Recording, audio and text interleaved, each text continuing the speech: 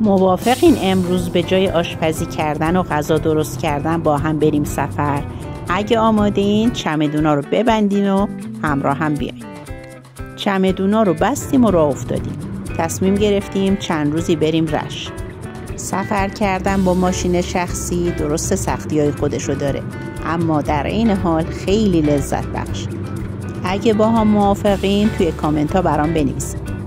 این ولاگی رو که الان میبینیم پارسال تابستون براتون ضبط کردم، اما نمیدونم دوست دارین یا نه.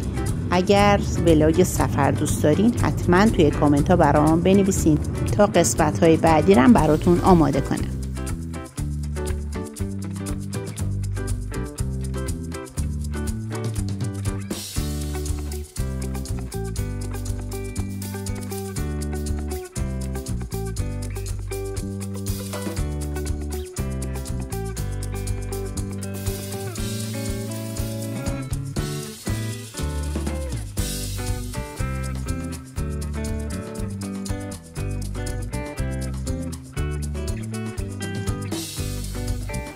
وقتی کم موندی به شهر مقصد برسی، تون این تابلوهای کنار خیابون رو چک میکنی ببینی چقدر مونده. اینجا 65 کیلومتر مونده تا رشت، تقریبا حدود 1 ساعت.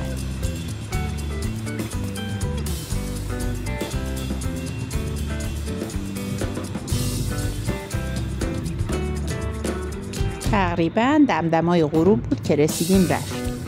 خونه‌ای که اجاره کرده بودیم یه خونه دربستی بود. رفتیم وسایلامونو گذاشتیم. انصافا خونه خیلی تر و تمیز و مرتبی بود. صاحبخونه‌ام آدم خیلی خوبی بود.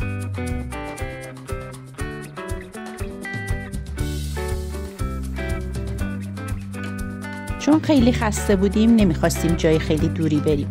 رفتیم سر کوچه. یه پاچینی خوب بود که قبلا سوال کردیم از صاحبخونه، گفتن غذاهاش خیلی خوبه. وقتی رسیدیم همه میزا پر بود. حدود 20 دقیقه تا نیم ساعت معطل شدیم تا میز خالی پیدا کنیم. با اینکه دیر وقت بود سرشون حسابی شلوغ بود. حدوداً 20 دقیقه طول کشید تا غذامونو بیارن. یه سس سیر مخصوص هم داشتن که میگفتن دستساز مخصوص خودشونه. البته من زیاد دوست نداشتم، ولی با این سس انار این مرغا حسابی چسبید. جاتون خالی.